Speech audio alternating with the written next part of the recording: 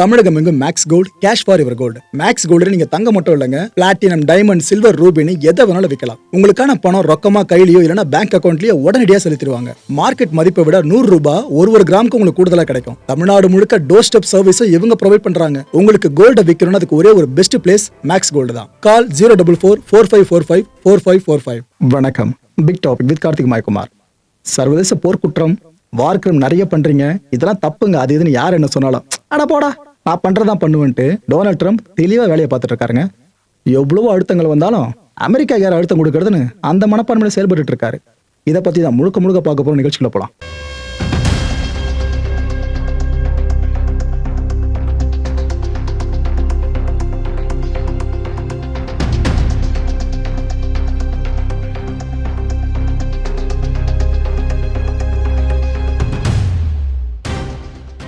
விதவிதமான thread posters, thread billboards இதை வைக்கிறதுல அமெரிக்காவை விட 10 மடங்கு மேல இருக்க நாடு தான் ஈரான்.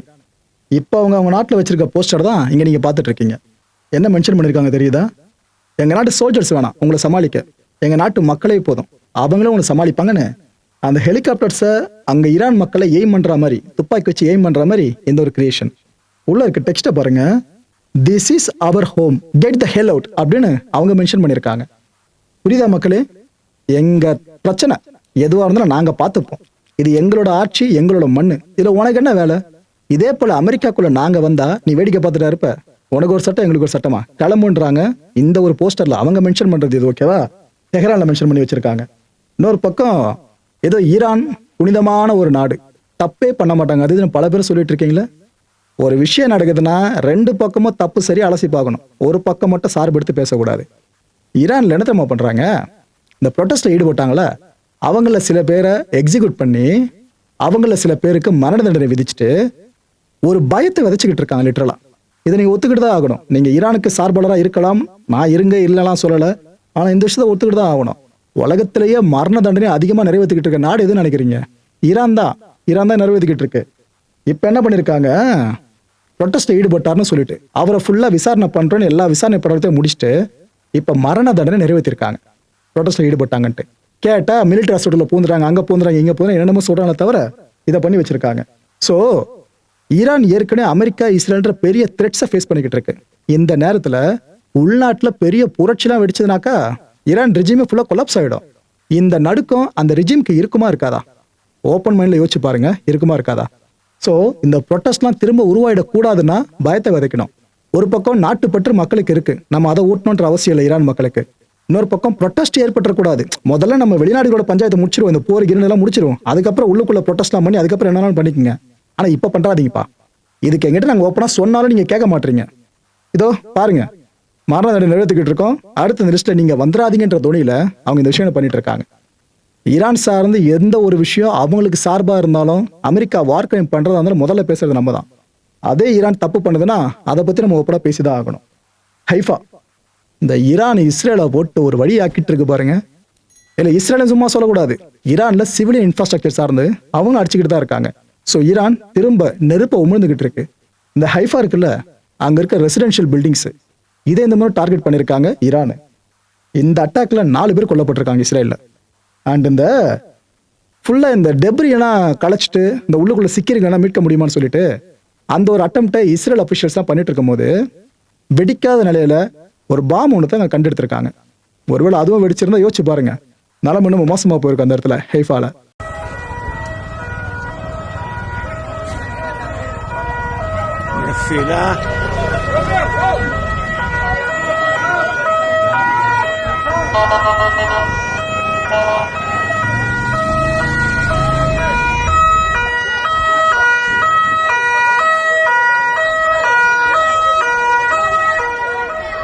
בכניסה לשכונה זה בשמשון, סוף שמשון, כניסה לשכונה. הכל פה משטרות ומגן דוד אדום.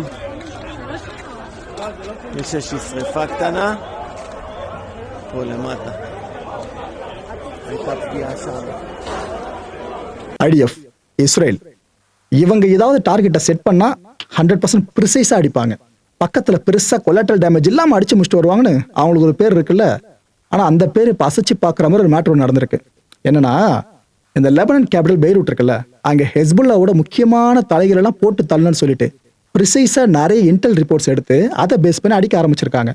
அப்போ ஒரு இன்ஃபர்மேஷன் உங்களுக்கு வந்திருக்கு. கரெக்டா பெய்ரூட்ல இந்த அபார்ட்மெண்ட்ல நாம தேடுற அந்த ஹெஸ்புல்லோட முக்கியமான தலை பதுங்கியிருக்கான். நீங்க அங்க போனீங்கன்னா போட்டுடலான்ட்டு அவங்களுக்கு இன்டெல் வருது. அந்த ஐடிஎஃப் என்ன பண்றாங்க, சரி ஓகே இது வரைக்கும் டார்கெட் மிஸ் ஆனது இல்லையே, இதுவும் மிஸ் ஆகாதுன்ட்டு காலத்துக்கு கிளம்புறாங்க. கரெக்டா அந்த அபார்ட்மெண்ட்டை அடிச்சு முடிச்சிட்டாங்க. கதையை முடிச்சு அந்த அபார்ட்மெண்ட் கதையவே. அதுக்கப்புறம் போய் சோதிச்சு பார்த்தா அவங்க தேடி வந்தால் அங்க கிடையாது. அதுக்கு பதிலா ஒரு நபரும் அந்த நபரோட மனைவியும் கொல்லப்பட்டிருக்காங்க. இந்த குடும்பம் நடந்திருக்குங்க பெய்ரூட்ல. இவர் பேரு பியர் மோவாஜ். இந்த லெபனான்ல பாத்தீங்கன்னா எல்எஃப்பி அப்படின்னு ஒரு கட்சி இருக்கு, அதாவது லெபனீஸ் ஃபோர்சஸ் பார்ட்டின்னு சொல்லிட்டு. இது என்னன்னாக்கா, அந்த கிறிஸ்தவர்கள் பெரும்பான்மையா இருக்காங்களா, அவங்களால முழுக்க முழுக்க தலைமைத்துவம் ஏற்று வழிநடத்தி கொண்டு போற கட்சி தான் இந்த கட்சி. அப்பேற்பட்ட கட்சியோட மிக முக்கியமான நபர் இவர். அந்த வீட்டில் இருந்திருக்காங்க அபார்ட்மெண்ட்ல. இவரையும் அவரோட மனைவியும் சேர்த்து கொண்டு இருக்காங்க. இதுல கடுப்பான அந்த எல்எஃப்பி இருக்குல்ல பார்ட்டி, இவங்க போர்க்கொடி தூக்க ஆரம்பிச்சிட்டாங்க. என்னங்க பண்ணி வச்சிருக்கீங்க, இவர் எந்த ஆங்கிள் உங்களுக்கு ஹெஸ்புல்லா போராளி மாதிரி தெரியுறாரு, இவருக்கு ஹெஸ்புல்லாக்கு சம்மந்தம் இல்லை, என் கட்சியோட முக்கியமான முகங்க அவரை கொண்டு போட்டு வச்சிருக்கீங்கன்னு அவங்க ஒரு பக்கம் கேட்க ஆரம்பிச்சிட்டாங்க. இன்னொரு பக்கம் ஐடிஎஃப் கிட்டத்தட்ட அட்மிட் பண்ணிடுச்சு. ஆமா, நாங்க போன முறை அடிச்சதுல சில தவிர்க்க முடியாத சேதங்கள் ஏற்பட்டிருக்கிறதாவும் அவங்க கிளைம் பண்ணிருக்காங்க. சோ யானைக்கும் அடி சறுக்கும்ன்ற மாதிரி தான் ஐடிஎஃப்பும் தப்பா அடிக்கும். அதுங்க நம்ம புரிஞ்சுக்க முடியுது. அடுத்து ஒரு ஈரானோட நியூஸ் ஏஜென்சி, அரசு சார்ந்த நியூஸ் ஏஜென்சி, இந்த ஏர்னான்னு சொல்லுவாங்க பாருங்க. இவங்க என்ன இப்போ ரிப்போர்ட் பண்றாங்கன்னா, இந்த அமெரிக்கா ஒரு 15 ப்ரொபோசல்ஸை ஈரான் கிட்ட முன்மொழிஞ்சிருக்கு அப்படின்னு சொன்னோமா. அதுக்கப்புறம் ஈரான் என்ன சொல்லிச்சு, ஏங்க அது என்னங்க கையிலேயே வரல அப்படின்னாங்க. இதுக்கப்புறம் சில தினங்கள் கழிச்சு, ஓகே நாங்கள் வாங்கிட்டோங்க, அதை ஃபுல்லாக நாங்கள் கன்சிடர் பண்ணிட்டு இருக்கோம் அப்படின்னாங்க. இப்போ என்ன தெரியுமா நடந்திருக்கா, 15ல் 10 பாயிண்ட்ஸுக்கு மட்டும் ஈரான் ரெஸ்பான்ஸ் பண்ணியிருக்காங்களாம். 10 பாயிண்ட்ஸுக்கு மட்டும். மிச்சம் 5 பாயிண்ட்ஸை பற்றி அவங்க கன்சிடரே பண்ணலையாமா. இதுலேயும் ஒரு விஷயத்த அவங்க ஆழமாக மறுத்திருக்காங்க. சீஸ் ஃபயர் வேணும்னு சொல்லி அமெரிக்கா அந்த ப்ரொபோசலை முன் வச்சதுல சீஸ் ஃபயர் அவங்கள ஒத்துக்க முடியாது, நிரந்தர போர் நிறுத்தம் வேணும், இதுக்கப்புறம் எங்களை திருப்பி நீங்கள் தொட மாட்டீங்கன்னு கேரண்டி கொடுக்கணும். இதெல்லாம் வச்சு நீங்க பேசுங்க, அதுக்கப்புறம் தொடர்ந்து நம்ம பயணிப்போன்ற மாதிரி தான் ஈரான் சொல்லியிருக்காங்க. ஸோ இதுக்கு என்ன அர்த்தம், அமெரிக்காவோட அந்த ப்ரொபோசலை ஈரான் நிராகரித்து விட்டதுன்னு அர்த்தம். இதைத்தான் அவங்க நியூஸ் ஏஜென்சிலேயே செய்தியை ஏற்றிட்டாங்க. ஸோ உலகம் முழுக்க இந்த செய்தி இதுக்கப்புறம் பரபரன்னு 10 எரிய போகுது. ஏற்கனவே அமெரிக்கா நான் இதை பண்ணும் அதை பண்ணும் குதிச்சுக்கிட்டு இருக்கு. இதில் இவங்க வேற மறுத்திருக்காங்களா, என்ன பண்ண போறாங்களோ. அமெரிக்கா அண்ட் இஸ்ரேலோட கோபம் இருக்குல்ல, அது இன்னும் அடுத்த லெவலுக்கு போயிருக்கு. இந்த ஈரானோட மாவிஸ்ட் இருக்குல்ல, இங்க இருக்க பெட்ரோ கெமிக்கல் காம்ப்ளெக்ஸை இப்போ அடிச்சிருக்காங்க. அங்க முதல்ல சவுண்டு கேட்டிருக்கு, பிளாஸ்ட் சவுண்டு கேட்ட உடனே தீ ஜுவாலை ஃபுல்லா அந்த பகுதி முழுக்க பரவ ஆரம்பிச்சிருக்கு. அந்த ஸ்மோக் அவ்வளோ அடர்த்தியா பரவ ஆரம்பிச்சிட்டு இருக்கு. இதை பத்தி ஈரான் என்ன சொல்றாங்க, எங்க இந்த வார் கிரைமை பத்தி நாங்க பல முறை சொல்லிட்டோம், இவங்க திரும்ப திரும்ப இதை பண்ணிட்டு இருக்காங்க எங்க நாட்டில் அப்படின்ட்டு அவங்க ஒரு பக்கம் ஸ்டேட்மெண்ட் விட்டுருக்காங்க. இன்னொரு பக்கம் யூரோப்பியன் கவுன்சிலோட பிரசிடென்ட் ஆண்டோனியோ கோஸ்டா முழுக்க முழுக்க அமெரிக்காவுக்கு எதிரான ஸ்டாண்ட் எடுத்துட்டாப்புல. சமீப காலமா அமெரிக்காவுக்கும் யூரோப்புக்கும் முட்டிக்கிட்டு இருக்குல்ல, அது இன்னும் இப்போ அதிகமாயிட்டு இருக்கு. என்ன சொல்றாரு, சிவிலியன் இன்ஃப்ராஸ்ட்ரக்சர்ஸை எதுக்கு தொடுறீங்க, அவர் கேட்குற கேள்வி. ஆனால் ட்ரம்ப்னு மென்ஷன் பண்ணல, அமெரிக்கன் மென்ஷன் பண்ணல, ஆனால் கேட்குறாரு பாருங்க, எதுக்காக சிவிலியன் இன்ஃப்ராஸ்ட்ரக்சரை தொடுறீங்க, அதுவும் எனர்ஜி ஃபெசிலிட்டிஸ்லாம் அடி பண்ணி த்ரெட் பண்றீங்க அப்படின்றாரு. யார் த்ரெட் பண்ற இப்போ உலகத்துல, ஒரே ஒரு ஆள் த்ரெட் பண்ணிட்டு இருக்காரு, டொனால்ட் ட்ரம்ப். அவர் தான் அங்க சொல்றாரு இதெல்லாம் இல்லீகல், அன்அக்செப்டபிள்னு சொல்லியிருக்காப்புல. யூரோப்பியன் கவுன்சிலோட பிரசிடென்ட் இந்த வார்த்தையில பயன்படுத்தி இருக்காரு. இன்னொரு பக்கம் என்ன தெரியுமா நடந்துகிட்டு இருக்கு, 100க்கும் மேற்பட்ட இன்டர்நேஷனல் லா எக்ஸ்பர்ட்ஸ்லாம் லெட்டரை வளைச்சு எழுதி சைன் பண்ண ஆரம்பிச்சிட்டாங்க. ஏங்க ட்ரம்ப் பண்றது சரியில்லைங்க, அவர் என்ன சிவிலியன் இன்ஃப்ராஸ்ட்ரக்சரை தொடுவன்ட்டு ஓப்பனா அறிவிச்சு அடிக்கிறாரு, இதெல்லாம் சரியே இல்லை, சர்வதேச சட்டம் ஒன்று இருக்கா இல்லையான்னு ஐநாவுக்கு ஃபுல்லா லெட்டரில் எழுத ஆரம்பிச்சிட்டாங்க உலகம் முழுக்க. ட்ரம்ப் இப்போ நீங்க இந்த போட்டோல பாக்குறீங்களா, கிட்டத்தட்ட அதான் அவரோட மனநிலையும். ஐ டோன்ட் கேர், எனக்கு அதை பத்தி நான் கவலை இல்லை, நான் நினைச்சதை பண்ணுவேன்ற மாதிரி தான் இப்போ ஒரு ஸ்டேட்மெண்ட்டை சுட வெளியிட்டு இருக்காரு டொனால்ட் ட்ரம்ப். என்ன தெரியுமா சொல்றாரு, இன்னைக்குன்ற டேட்டை யாரும் மறந்துடாதீங்கப்பா, ஏன்னா நான் விதிச்ச கெடு இருக்குல்ல அது இன்னையோட முடியுது, இந்த ஹார்மோஸை ஒழுங்கா ரீஓப்பன் பண்ணி விட்டுருங்க, இந்த சில மணி நேரங்கள் டைம் இருக்குல்ல இன்னைக்கு முடியறதுக்கு, ரீஓப்பன் பண்ணி விட்டுருங்க. அப்படி விட்டீங்கன்னா ஓகே ரைட்டு, நான் எதுவும் உங்களை தொட மாட்டேன். அப்படி இல்லைனாக்கா அதுக்கப்புறம் வர்ற எல்லாத்தையும் நீங்க தான் ஃபேஸ் பண்ணணும். யாரு, ஈரான் தான் ஃபேஸ் பண்ணணும். நான் நினைச்சா ஒரு ராத்திரி போதும் ஈரானை ஒட்டுமொத்தமா அடிக்கிறதுக்கு. மக்களை ஒரு சிட்டிங் பிரசிடென்ட் சொல்றாப்புல அந்த வார்த்தைகளை, ஒரு ராத்திரி போதும் ஈரானை ஒட்டுமொத்தமா அடிக்கிறதுக்கு. அந்த ராத்திரி இந்த நாள் ராத்திரியா இருக்க வேணான்னு நான் விரும்புறேன், பாத்துக்குங்க. ஸோ ஹார்மோஸ் ஒழுங்க ஓப்பன் பண்ணி விட்டுருங்க. அப்படி இல்லைன்னா என்ன ஆகுன்றது மட்டும் பொறுத்திருந்து பாருங்க. இதனோட இறுதி எச்சரிக்கை, இதுக்கப்புறம் நான் போஸ்ட்போன் பண்ற மைண்ட்ல எல்லாம் கிடையாதுன்னு ட்ரம்ப் சொல்லியிருக்காரு. ஐயோ ப்ரோ முடிவு பண்ணிட்டாரா, அவ்வளவுதான், ஒரு முறை முடிவு பண்ணிட்டா பின்வாங்க மாட்டாருன்னு யோசிப்பீங்க. ட்ரம்ப்பை பற்றி நல்லா புரிஞ்சவங்க நான் சொல்கிற விஷயம் கரெக்டாக கன்வே ஆகிடும். மறுபரிசீலனை பண்ணுறதுக்குனே பேர் போனவர் ட்ரம்ப். ஒன்று பண்ண மாட்டேன்னு சொல்லுவார், அடுத்து அதை உடனே பண்ணுவாப்புல. பார்ப்போம் இதுலையாச்சும் ஸ்ட்ராங்காக நிற்கிறாரா இல்லை அடுத்து என்ன பண்ண போறாரு சொல்லிட்டு. ஈரானோட வெளியுறவுத்துறை அமைச்சர் அப்பாஸ் அவர் ட்ரம்ப்போட அந்த ஸ்டேட்மெண்ட்டை கேட்டு பயங்கரமாக ட்ரிகர் ஆயிட்டாரு. அவர் என்ன சொல்லியிருக்காரு, ஓகே பண்ணிக்கங்க, ஏதோ ஒரு ராத்திரி ஏதோ பண்ணுவானீங்களா, முடிஞ்சா பண்ணிக்கங்க, இதை எச்சரிக்கை முன் வச்சிக்கல, அந்த வார்த்தையெல்லாம் நீங்கள் முன் வச்சதை செயலில் காட்டுங்க, அதுக்கப்புறம் நாங்கள் பார்த்துக்கிறோம். நீங்கள் அதை பண்ணி முடிச்ச பிற்பாடு நாங்கள் செய்கிற சில விஷயங்கள் இருக்குல்ல அதை பார்த்து உங்களுக்கு புரிஞ்சிடும் ஈரானியன்ஸ்னா யாரு, எங்களால் எந்த அளவுக்கு திருப்பி அடிக்க முடியும்னு உங்களுக்கு புரிஞ்சிடும். அமெரிக்கா செய்யற போர் குற்றங்கள்லாம் செஞ்சுட்டு அதை நார்மலைஸ் பண்ண பார்த்துக்கிட்டு இருக்கு. சும்மா த்ரெட் பண்ணியே அவங்க செஞ்சதெல்லாம் கரெக்ட்ன்ற மாதிரி உலகத்துக்கு ப்ரூவ் பண்ண ட்ரை பண்ணிட்டு இருக்காங்க. அவங்க சிவிலியன் இன்ஃப்ராஸ்ட்ரக்சரை தொட்டிருக்காங்க. எங்க நாட்டில் எங்களோட மிலிட்டரி ஃபெசிலிட்டிஸ் அடிக்கிறீங்க அப்படின்னா ஓகே, பிரச்சனை வந்தா 2 பேரும் மாறி அதை அடிச்சுப்போம். எதுக்கு பொதுமக்கள் சார்ந்த இன்ஃப்ராஸ்ட்ரக்சரை நீங்க தொடணும்? இதெல்லாம் தொடவே இந்த பிரச்சனை பெருசா இருக்கு. நீங்க இதை பண்றதுனால தான் எஸ்கலேஷன் நோக்கி இந்த விவகாரம் போயிட்டு இருக்கு, டிஎஸ்கலேஷன் நோக்கி வரமாட்டுது. ஸோ பிரச்சனை காரணமே நீங்க தானே இவரு பிளேம் பண்ணிருக்காப்ல. அப்படியா ப்ரோ? ட்ரூவா? சிவிலியன் இன்ஃப்ராஸ்ட்ரக்சரை அமெரிக்கா அந்த அளவுக்கு தொடராங்களா இஸ்ரேல் அமெரிக்கா போற அப்படின்னு கேட்டீங்கன்னா, நான் ட்ரூவா ஃபேக்கான்னு சொல்ல விரும்பல.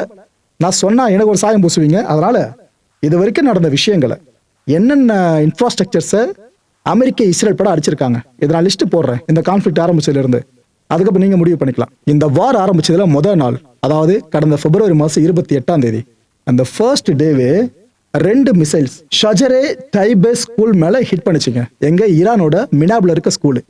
இந்த ஸ்கூல் அடிச்சதுல 168 பேர் இந்த ஸ்பாட்ல உயிரிழந்தாங்க. இதுல கொடுமை என்ன தெரியுமா, 110 குழந்தைங்க, ஸ்கூலுக்கு வந்த குழந்தைங்க அவ்வளவு பேர் உயிரிழந்தாங்க. இந்த அமெரிக்கா இது சம்பந்தமா விசாரிக்கிறோம்னு சொன்னாங்க. ஏன்னா டோமாஹாக் மிசைல் தான் அங்க வந்து விழுந்திருக்கு. ஸோ அதனால அமெரிக்கா தான் பயன்படுத்தும் பெரும்பாலும், நாங்க விசாரிக்கிறோம் அப்படின்ட்டு அமெரிக்கா மிலிட்டரி சொன்னாங்க. இன்வெஸ்டிகேட் பண்ணிட்டு இருக்கும் போது அது பாதியில ஒரு கட்டத்துக்கு மேல மூவ் ஆகாம நின்றுச்சு. பிகாஸ் அவங்களுக்கே தெரிஞ்சிட்டு இருக்கு நம்ம தான் காரணமோ அப்படின்ட்டு. ஸோ சொந்த இன்வெஸ்டிகேட்டர்ஸே சொந்த ராணுவம் சார்ந்து சந்தேகிக்க ஆரம்பிச்சிட்டாங்க. சந்தேகத்தோட நிக்குது. இது வெளியே உண்மைன்னு வரணுமே, வருமா? ஓகே. 2வது அட்டாக் எப்போ? கடந்த மார்ச் மாசம் ஆரம்பத்தில் அடிச்சிட்டாங்க. என்ன பண்றாங்க, ஆயில் ஃபெசிலிட்டிஸ் இருக்குல்ல ஈரான்ல, இதை டார்கெட் பண்ணி அடிக்க ஆரம்பிச்சாங்க. இதை அடிக்க இந்த பிளாக் ரெயின்னு சொல்லுவோம். எங்க பார்த்தாலும் காற்று ஃபுல்லா இந்த ஈரப்பசையை சுமந்துட்டு வரதா இருக்கட்டும், அந்த இடமே ஃபுல்லா பிளாக் ஸ்மோக்கால் அடர்த்தியா நிரம்பினதா இருக்கட்டும், மேகம் பெருசா கண்ணுக்கு தெரியாதுங்க, அந்த அளவுக்கு புகை மேகம் சூழ்ந்திருக்கும். இது போல விஷயங்கள் டெஹரான் முழுக்க பார்க்க முடிஞ்சது. அந்த கிளவுட்லாம் அவ்வளோ டார்க்கா இருந்துச்சு. இதுல இந்த ஆயில் கிடங்குகள்னு பார்த்தீங்கன்னா ஃபார்டிஸு, அப்புறம் இந்த ஷாராம், அக்டசைனு, இத்தனை பகுதியில் இருந்த எண்ணெய் கிடங்குகளை அடிச்சாங்க. அப்புறம் ஆயில் ரிஃபைனரியை பேஸ் பண்ணி சொல்லணும்னா டெஹ்ரானோட முக்கியமான ஆயில் ரிஃபைனரி அதையும் அடிச்சாங்க. இதெல்லாம் மிலிட்டரி அசட்ஸா என்ன? ஓகே. இதுக்கப்புறம் இதே மார்ச்ல என்ன தெரியுமா பண்ணாங்க, அமெரிக்க இஸ்ரேலிய பட கூட்டா இணைஞ்சு ஏர் ஸ்ட்ரைக்ஸை கண்டக்ட் பண்ணாங்க. இதுல ஈரானோட 2 மிகப்பெரிய ஸ்டீல் பிளான்ட்ஸ் இதை அடிச்சாங்க. ஞாபகம் இருக்கா? அதுக்கப்புறம் தான் ஈரான் வார்ன் பண்ணிச்சு, மிடில் ஈஸ்ட் முழுக்க இருக்க முக்கியமான ஸ்டீல் பிளான்ட்ஸை நாங்கள் அடிக்க போறோம், இஸ்ரேல் இருக்க ஸ்டீல் பிளான்ட்ஸ் அடிக்க போறோம்னு வார்ன் பண்ணாங்க. பாத்தீங்களா? அந்த வார்னிங் முன்வைக்க காரணமே இந்த அட்டாக் அவங்க பண்ணது தான். இதுல ஒரு விஷயம் உங்களுக்கு கூடுதலா சொல்லிடுற மக்களே, இந்த உலகத்துல அதிகப்படியா ஸ்டீலை ப்ரொடியூஸ் பண்ணி கொடுக்குற நாடுகள் இருக்குல்ல, அதுல மிக முக்கியமான நாடு ஈரான். டாடா ஸ்டீல் கேள்விப்பட்டிருக்கீங்களா? இதுக்கும் ஈரானோட ஆரிஜின் அதுக்கும் சம்பந்தம் இருக்கான்னு கூகுள்ல தேடி பாருங்க. டாட்டாவோட ஆரிஜினை பத்தி தெளிவா உங்களுக்கு புரியும். ஸோ ஸ்டீலையும் ஈரானையும் பிரிக்கவே முடியாது எப்பவுமே. இவ்வளவு அட்டாக்ஸை பார்த்து பல பேரும் அழைச்சிருப்பீங்களா? இதுக்கப்புறமா லிஸ்ட் போடுறேன். போன வாரம் என்னாச்சு? போன வாரம் ஆரம்பத்திலேயே இஸ்ரேலு இந்த கோண்டா பவர் பிளான்ட்டை அடிச்சிட்டாங்க. ஈரான்ல முக்கியமான பவர் பிளான்ட்டை அடிச்சிட்டாங்க. இது ஒரு ஹெவி வாட்டர் காம்ப்ளெக்ஸ்ங்க, இந்த நார்த் வெஸ்டர்ன் ஈரான்ல அமைஞ்சிருக்கிறது.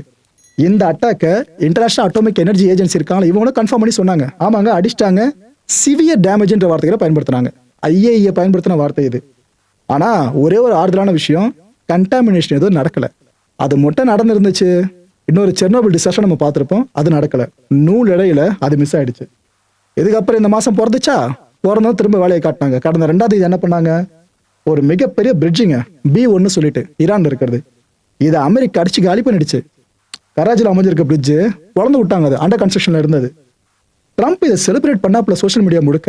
அதுவும் அந்த வீடியோ அவரோட ஷேர் பண்ணாரு. இன்ஃபேக்ட் அந்த அடிச்ச தாக்குதல் முடிச்ச பிற்பாடு அந்த வீடியோ ஷேர் பண்ணிட்டு, இதுக்கப்புறம் கேட்டு போல ஒழுங்கா நாங்க சொல்றதை கேட்டுருங்க, டீல சைன் பண்றீங்க, இல்லைனா திரும்ப உங்க நாட்டில் இருக்க எல்லா பிரிட்ஜும் இது மாதிரி கொலாப்ஸ் ஆகும்னு வார்ன் பண்ணியிருந்தாரு. இதுக்கப்புறமா விட்டாங்களா? இல்லையே. நேத்துக்கு என்ன பண்ணி வச்சிருக்காங்க, ஷாரிஃப் யூனிவர்சிட்டி ஆஃப் டெக்னாலஜி இதை அடிச்சிருக்காங்க.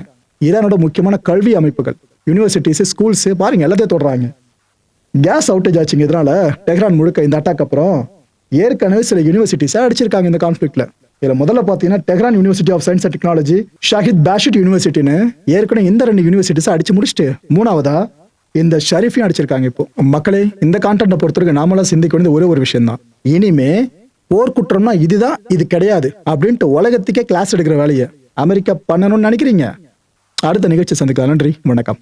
தமிழகம் எங்கும் Max Gold, cash for your gold. Max Gold நீங்க தங்கம் மட்டும் இல்லைங்க, பிளாட்டினம், டைமண்ட், சில்வர், ரூபினி எதை வேணாலும் விற்கலாம். உங்களுக்கான பணம் ரொக்கமா கையிலயோ இல்லைன்னா பேங்க் அக்கௌண்ட்லயோ உடனடியாக செலுத்திடுவாங்க. மார்க்கெட் மதிப்பை விட 100 ரூபாய் ஒரு கிராமுக்கு உங்களுக்கு கூடுதலா கிடைக்கும். தமிழ்நாடு முழுக்க டோர் ஸ்டெப் சர்வீஸை இவங்க ப்ரொவைட் பண்றாங்க. உங்களுக்கு கோல்டை விற்கணும்னு அதுக்கு ஒரே ஒரு பெஸ்ட் பிளேஸ் மேக்ஸ் கோல்டு தான். கால் 04445454545. என் அன்பார்ந்த மாயம் ஸ்டுடியோஸ் நேயர்களே, மாயம் பக்தின்னு ஆன்மீகத்துக்காக பிரத்யேகமா ஒரு சேனலை கொண்டு வந்திருக்கோம். மறக்காம சப்ஸ்கிரைப் பண்ணி அந்த சேனலுக்கு உங்களோட ஆதரவை மனப்பூர்வமாக தெரிவிங்க.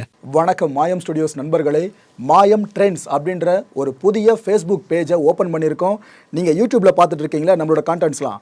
இதெல்லாம் விட ஒரு படி மேலே ரொம்ப கிறிஸ்பாகவும் ரொம்ப சூப்பராகவும் நிறைய கான்டென்ட்ஸ் உங்களுக்கு இந்த பேஜில் காத்துட்ருக்குங்க. ஸோ உடனடியாக ஃபேஸ்புக் பிளாட்ஃபார்ம் போங்க, மாயம் ட்ரெண்ட்ஸ்னு டைப் பண்ணி சர்ச் பண்ணி நம்ம பேஜை ஃபாலோ பண்ணுங்க. அப்படியே நம்ம சேனலையும் நீங்கள் சப்ஸ்கிரைப் பண்ணிட்டீங்க அப்படின்னா இன்னும் நிறைய புது கான்டென்ட்ஸை உங்களுக்காக ப்ரொடியூஸ் பண்ணி கொடுத்துக்கிட்டே இருப்பாங்க. நீங்கள் பண்ணுற ஒவ்வொரு சப்ஸ்கிரிப்ஷனும் எங்களுக்கு பெரிய மோட்டிவேஷனாக அமையும்.